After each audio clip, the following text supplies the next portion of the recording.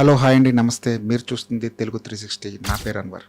ఈరోజు robin hood cinema గురించి మాట్లాడుకుందాం. ఈ మధ్య డైరెక్టర్లు ఎందుకో కథ అనే విషయాన్ని చాలా లైట్గా తీసుకుంటున్నారు. కథ ఏదైనా పర్లేదు, సీన్స్తో, కామెడీతో, హీరో ఎలివేషన్స్తో, పాటలతో, ఐటమ్ సాంగ్స్తో ఒక ప్యాకేజ్తో సినిమాని నడిపించేద్దాం అన్న ధీమా వల్ల కనిపిస్తుంది. అలాంటి సినిమాలు కొన్ని బాక్స్ ఆఫీస్ దగ్గర మంచి విజయాన్ని సాధించి ఉండొచ్చు గాక. కాకపోతే ప్రతిసారి అదే టెక్నిక్, ప్రతిసారి అదే మ్యాజిక్ వర్కౌట్ కాకపోవచ్చు. రాబిన్ హుడ్ అనేది ఇందుకు ఒక పెద్ద ఎగ్జాంపుల్గా నిలుస్తుంది. చలో, భీష్మ ఈ రెండు సినిమాలు చూసిన తర్వాత వెంకీ కుడుముల మీద కాస్త నమ్మకం పెరుగుద్ది. ఈ రెండు సినిమాల్లో పెద్దగా కథ ఏమి ఉండదు. కాకపోతే కథపరంగా వెంకీ కుడుములో చేసిన మ్యాజిక్, ఆ డైలాగ్స్, ఆ సరదా సరదా సీన్స్, కామెడీ ఇవన్నీ వర్కౌట్ అయ్యి ఆ రెండు సినిమాలు పెద్ద హిట్ అయ్యాయి. అదే నమ్మకంతో రాబిన్ హుడ్ అనే సినిమాను ఓకే చేశాడు నితిన్. భీష్మ అనే సూపర్ డూపర్ హిట్ తర్వాత నితిన్, వెంకీ కుడుముల వాళ్ళిద్దరి కాంబినేషన్లో ఒక సినిమా వస్తుందంటే ఖచ్చితంగా ఆ సినిమా మీద అంచనాలు ఉంటాయి. నితిన్ కూడా ఇదివరకు రాబిన్ హుడ్ అనే ఫార్మాట్లో సినిమా చేయలేదు.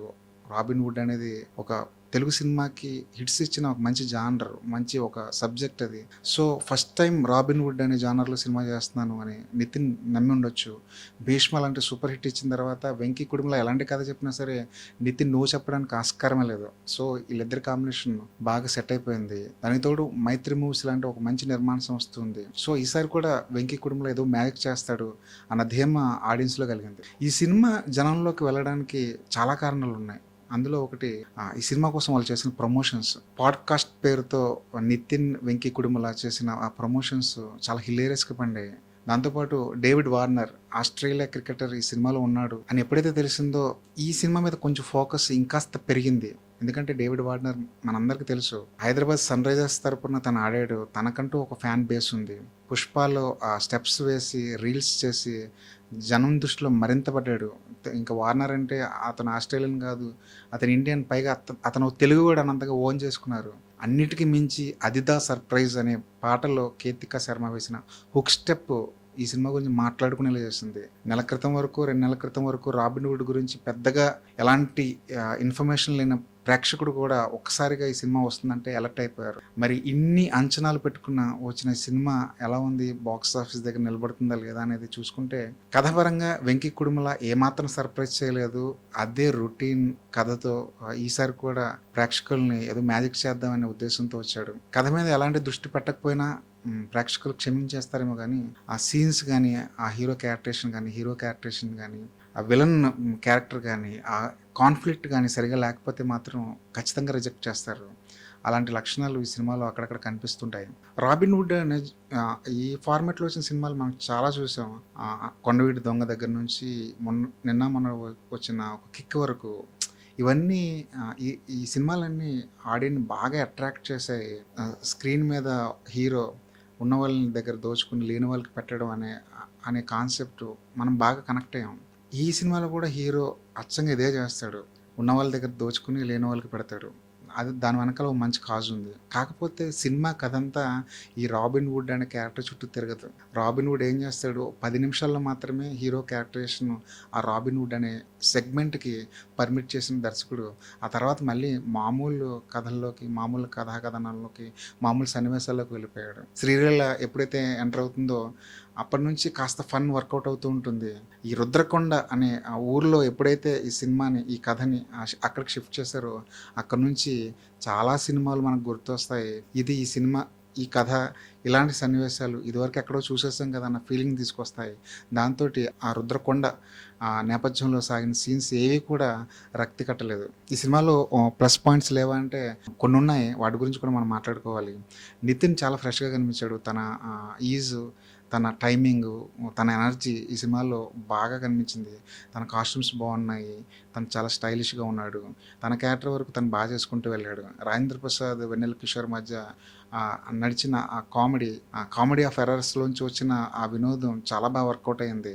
ఇవన్నీ ఆడియన్స్ని మెస్మరైజ్ చేస్తుంటాయి, టైంపాస్ అనే ఫీలింగ్ కలిగిస్తుంటాయి. ఫస్ట్ హాఫ్లో పెద్దగా కంప్లైంట్స్ ఉండవు, అలానే వావ్ అనే మూమెంట్స్ కూడా ఏమి ఉండవు. సరదాగా సినిమా వెళ్తున్నప్పుడు కాసేపు నవ్వుకుని ఓకే పాప్‌కార్న్ మూవీరా అనుకునేలాగా ఫస్ట్ హాఫ్‌ని డిజైన్ చేశాడు దర్శకుడు.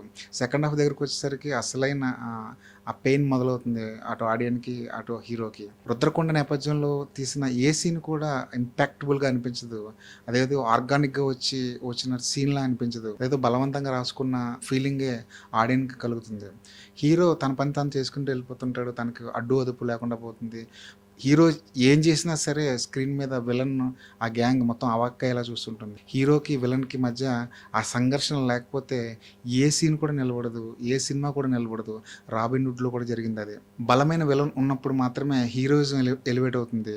ఇది సినిమా దర్శకులు పాటించవలసిన కనీస సూత్రం. హీరోని చూపించాలి, చాలా అపరమేధవలా చూపించాలన్న తాపత్రయంతో విలన్ క్యారెక్టర్‌ని చాలా డౌన్ చేసుకుంటూ వెళ్ళిపోవాల్సొచ్చింది.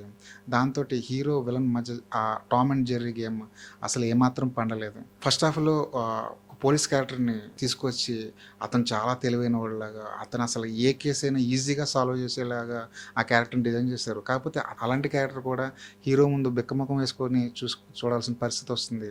హీరోకి ఎప్పుడైతే కాన్ఫ్లిక్ట్ లేదో అప్పుడు ఆ క్యారెక్టర్‌తో మనం ఫాలో అవ్వలేము. ఆ ఫన్ మనం ఎంజాయ్ చేయలేము. ఆ థ్రిల్ మనం ఫీల్ అవ్వలేము. 'రాబిన్ హుడ్‌లో' అక్షరాల ఇదే జరిగింది. అదిదా సర్ప్రైజ్. ఈ పాట గురించి చాలా గొప్పగా చెప్పుకున్నారు. అసలు ఈ పాట దుమ్ము దులిపేస్తుంది స్క్రీన్ మీద అనుకున్నారు. ఈ పాట చాలా కాంట్రవర్సీ అయింది. కాకపోతే సర్ప్రైజ్ ఏంటంటే 'అదిదా సర్ప్రైజ్‌లో' ఏ మూమెంట్ అయితే కాంట్రవర్సీ అయిందో ఆ సీన్ గాని, ఆ మూమెంట్ గాని సినిమాలో లేదు. ఆ సెన్సార్ కట్‌లో పోయింది. ఇంతకన్నా పెద్ద సర్ప్రైజ్ ఈ సినిమాలో లేదు. డేవిడ్ వార్నర్ గురించి చాలా గొప్పగా చెప్పారు. అసలు డేవిడ్ వార్నర్ వచ్చాడు ఈ సినిమాని నెక్స్ట్ లెవెల్‌లోకి తీసుకెళ్ళిపోతాడని చెప్పుకున్నారు. కానీ డేవిడ్ వార్నర్ ఎంట్రీ కూడా చాలా ఫోర్స్‌ఫుల్‌గా ఉంది. అసలు అతను ఎందుకొచ్చాడో, ఎందుకెళ్ళాడో కూడా అర్థం కాలేదు. సినిమాల్లో ఐ మీన్ క్రికెట్ చూస్తున్నప్పుడు ఒక కమర్షియల్ యాడ్‌లో ఒక వార్నర్ వచ్చి వెళ్ళిపోతే ఎలా ఉంటుందో అలాగే ఉంది తప్ప ఈ వార్నర్ వచ్చిన తర్వాత ఈ కథకో, ఈ సినిమాకో మైలేజ్ పెరిగిందో, ఈ నెక్స్ట్ లెవెల్‌కెళ్ళిందో అన్న స్థాయిలో మాత్రం లేదు. ఈ సినిమా కోసం వార్నర్‌కి 2,00,00,000 ఇచ్చారనో, 3,00,00,000 ఇచ్చారనో చెప్పుకున్నారు. బహుశా అది కూడా 'రాబిన్ హుడ్' కాజేసిన సొమ్ము ఖాతాల్లోకి చేర్చాల్సిందే. ఈ సినిమా కోసం వార్నర్‌కి 3,00,00,000 ఇచ్చారు, 4,00,00,000 ఇచ్చారని చెప్పుకున్నారు.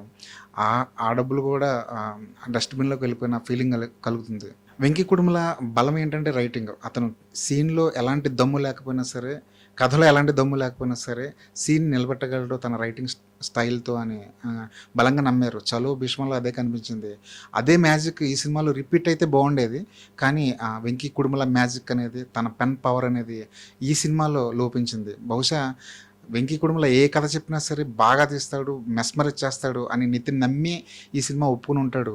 ఆ నితిన్ నమ్మకాన్ని 'వెంకి కుడుముల' ఏమాత్రం నిలబెట్టుకోలేకపోయాడు. తనలోని రైటర్ ఫెయిల్ అవ్వడం వల్లే 'రాబిన్ హుడ్' అనేది ప్రేక్షకుల అంచనాలకి, వాళ్ళ ఆశలకి చాలా దూరంగా నిలిచిపోయింది. అక్కడక్కడ చిన్న చిన్న funny moments, lighter wave moments, సరదాగా ఓ పాప్‌కార్న్ సినిమా చూద్దాం అనుకునే వాళ్ళకి 'రాబిన్ హుడ్' ఓకే అనిపిస్తుంది గానీ, 'చలో భీష్మ' తర్వాత ఇది ఒక హ్యాట్రిక్ సినిమా అవుద్ది. 'భీష్మ' తర్వాత నితిన్‌కి మరో సూపర్ హిట్ వస్తుంది అన్న ఆశలు, అంచనాలతో ఎవరైతే థియేటర్‌కి వెళ్తారో వాళ్ళు తప్పకుండా డిసప్పాయింట్ అవుతారు.